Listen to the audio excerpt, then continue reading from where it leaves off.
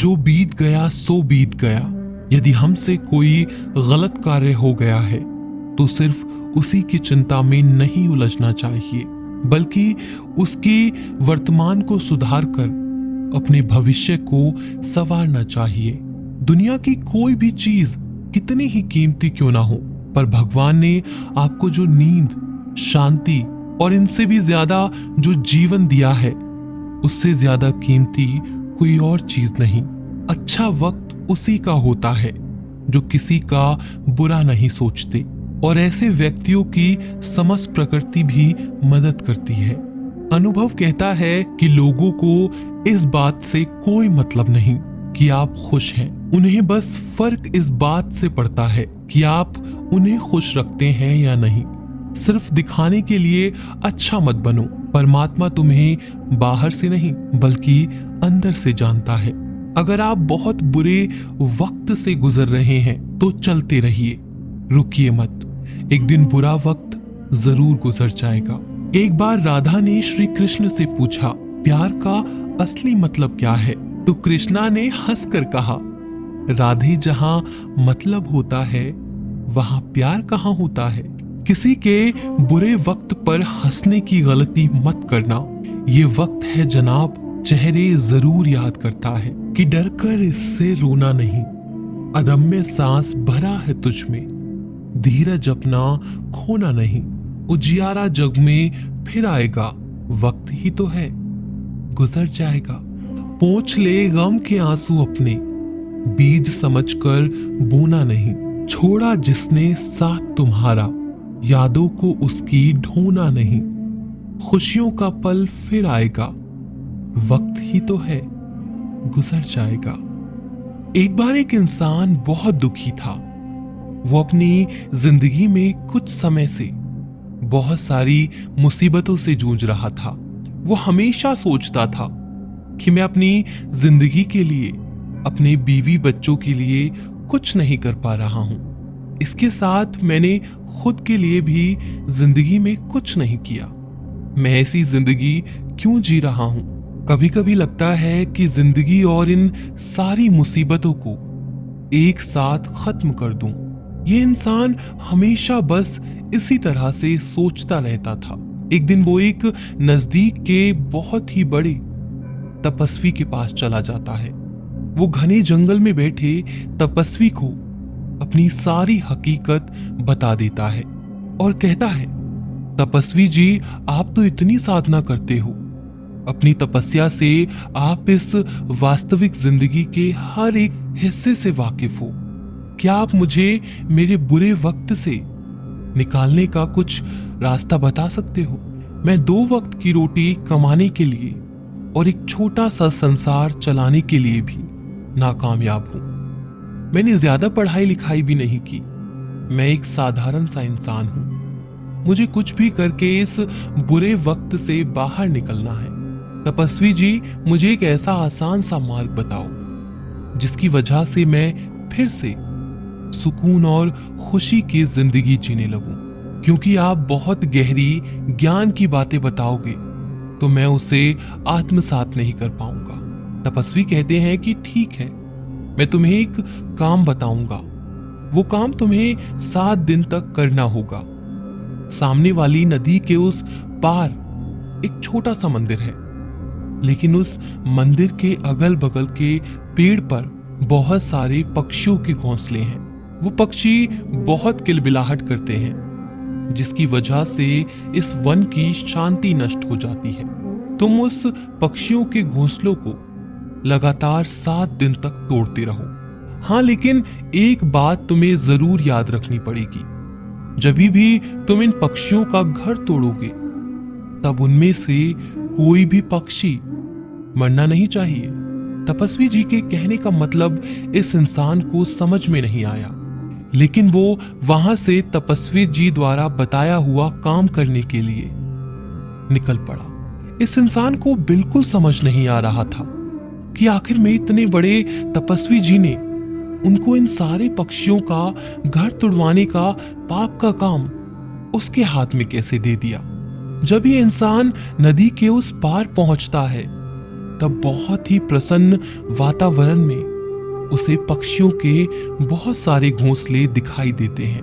वो इन सारे पक्षियों को देखकर सोचता है, अरे ये पक्षी तो कितने सारे मेहनत के साथ कण कण इकट्ठा करके अपना घोंसला बना रहे हैं, अपने परिवार को चला रहे हैं, और मैं इनका घर तोड़ने जा रहा हूं। लेकिन फिर भी उसने तपस्वी जी की बात याद करके इन सारे घोंसलों को तोड़ना शुरू कर दिया। देखते देखते ही सारे पक्षी घबरा गए और अगल बगल में दूसरे पेड़ पर जा बैठे और सुरक्षित जगह ढूंढने के लिए किलबिलाहट करने लगे। देखते देखते पक्षियों का बड़ा घोंसला टूट गया। ये इंसान उन सारे घोंसलों को छोड़कर अपने घर लौटने निकला। इस इंसान का मन बहुत दुखी था, वो बहुत उदास नजर आ रहा था। रात में लेटे लेटे वो सोचने लगा कि मैंने तो इन पक्षियों का घोंसला तोड़ दिया, आज इनका पूरा घर टूट गया। जो काम तपस्वी जी ने बताया था वो काम तो मैं पूरा कर चुका हूं, पर अभी वापस जाने से क्या फायदा होगा। दूसरे दिन सुबह इंसान फिर से एक बार इन पक्षियों के घोंसले तोड़ने के लिए नदी पार करके चला गया। उसने देखा तो वहां इन पक्षियों ने फिर से कण कण कर इकट्ठा करके अपने घोंसले बनाने की शुरुआत की। ये दृश्य देखकर उस इंसान के मन में आया, अरे मैंने तो कल इन पक्षियों का घोंसला तोड़ दिया और आज ये फिर से छोटी छोटी चीजें इकट्ठा करके अपना घर बनाने में लगे हैं। ये तो कितने मूर्ख हैं। और ये देखकर उसको थोड़ा बहुत हंसने को हुआ, लेकिन फिर भी वो तपस्वी जी की बात याद करके उन पक्षियों का घोंसला तोड़ने लगा। देखते देखते फिर सारे पक्षी पहले जैसे अपनी जान बचाने के लिए इधर उधर उड़ने लगे। और फिर इस मनुष्य ने लौटने से पहले इन पक्षियों के टूटे हुए घोंसलों पर ठंडा पानी डाल दिया, जो ये पक्षी फिर से एक बार ये घोंसला ना बना पाए। वो फिर से अपने घर लौट गया और रात में बिस्तर में लेटे लेटे सोचने लगा, तपस्वी जी के कहने पर तो मैंने इन पक्षियों का घर दोबारा तोड़ दिया, पर यह तो गलत काम है। क्या सच में ये तपस्वी जी ही हैं? या फिर ये कोई गलत इंसान है जिसे सिद्धि ना प्राप्त हुई हो और मुझे बेवकूफ बना रहा हो? जाने दो, मैं पहले उनके द्वारा बताया हुआ काम पूरा करता हूं और ये सब बाद में देखता हूं। सब कुछ बाद में पता चल जाएगा। तीसरे दिन सुबह सुबह ये इंसान उठकर नदी पार करके उन पक्षियों के घोंसले की ओर चला और देखता है वहां पर तो उस इंसान को कोई घोंसला नजर ही नहीं आ रहा, ना पक्षी नजर आते। वो सोचता कि अभी तो ये पक्षी यहां से चले गए, तो अभी तो मेरे पास इस जगह आने का क्या फायदा। मैं तो अभी उन तपस्वी के पास जाऊंगा और उनको बताऊंगा। ये इंसान सिर्फ मुड़कर नदी पार करके तपस्वी की ओर जाने निकलता है। तभी उसको वहां पर एक नया और बड़ा घोंसला देखने को मिलता है जो इन पक्षियों ने बनाया होता है। यानी ये पक्षी अपने नए घोंसलों को बनाकर वहां पर वास कर रहे थे। ये देखकर ये इंसान सोचता है कि शायद तपस्वी जी को पता था। ये पक्षी अपना नया घोंसला बनाकर दूसरी जगह नया घोंसला बनाकर रहने लगते हैं। इसीलिए ही उन्होंने मुझे इन पक्षियों का घोंसला तोड़ने के लिए कहा था। लेकिन इस सारे दृश्य को देखकर ये इंसान कमजोर पड़ जाता है, क्योंकि इंसान भी पहले से ही वक्त का मारा हुआ था। उसको लग रहा था कि शायद हमको इन पक्षियों की मदद करनी चाहिए।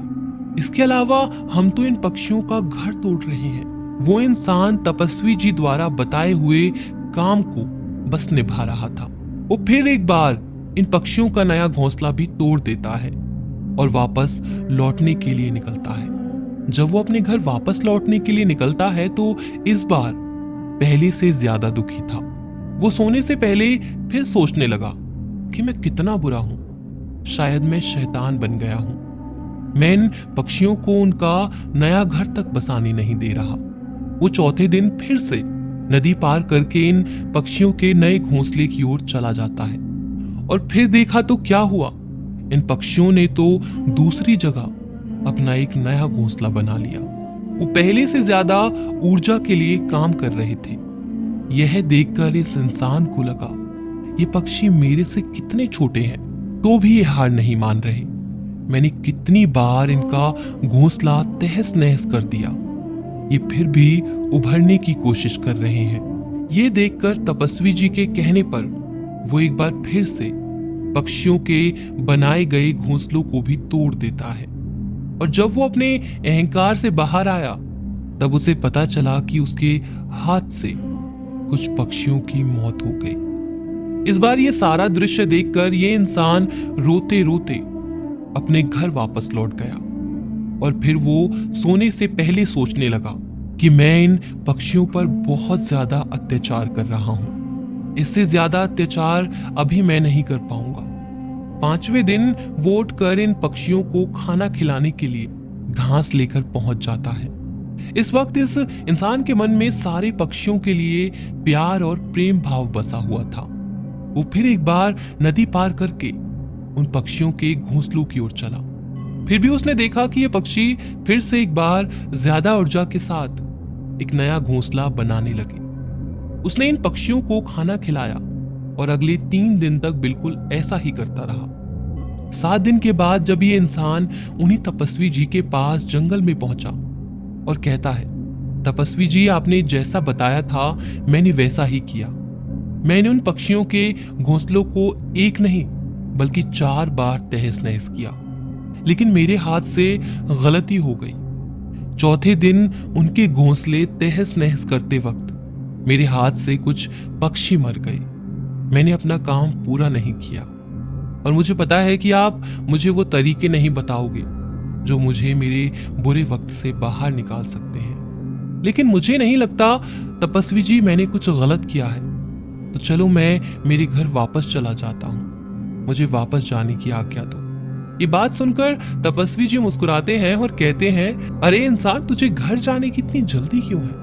थोड़ा जलपान करो, उसके बाद तुम लौट जाओ। तपस्वी जी इस युवक इंसान के हाथ में पानी का लोटा देते हैं। ये इंसान जलपान करता है और उसके बाद तपस्वी जी इस इंसान से पूछते हैं कि अरे बेटा तुम उन पक्षियों का घोंसला क्यों तबाह नहीं कर पाए?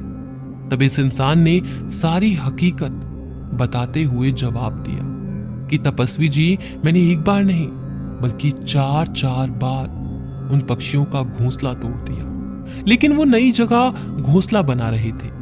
तपस्वी जी कहते हैं, अरे इंसान तुम उन पक्षियों से कितने विशालकाय हो, जरूर उन पक्षियों से ज्यादा शक्ति है तुम्हारे पास, लेकिन फिर भी तुम उनका घर आखिर तक तोड़ नहीं पाए। मैंने तुमको उन पक्षियों का घर तोड़ने के लिए नहीं भेजा था, बल्कि तुम्हें सीखने के लिए भेजा था। तुम्हें जरूर इन चीजों से कुछ ना कुछ सीख मिली होगी।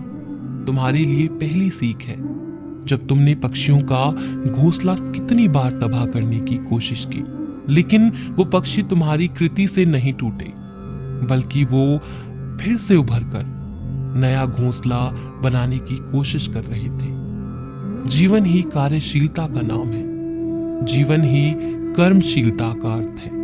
इतने छोटे मोटे पक्षी हर रोज टूटकर भी हार नहीं मान रहे।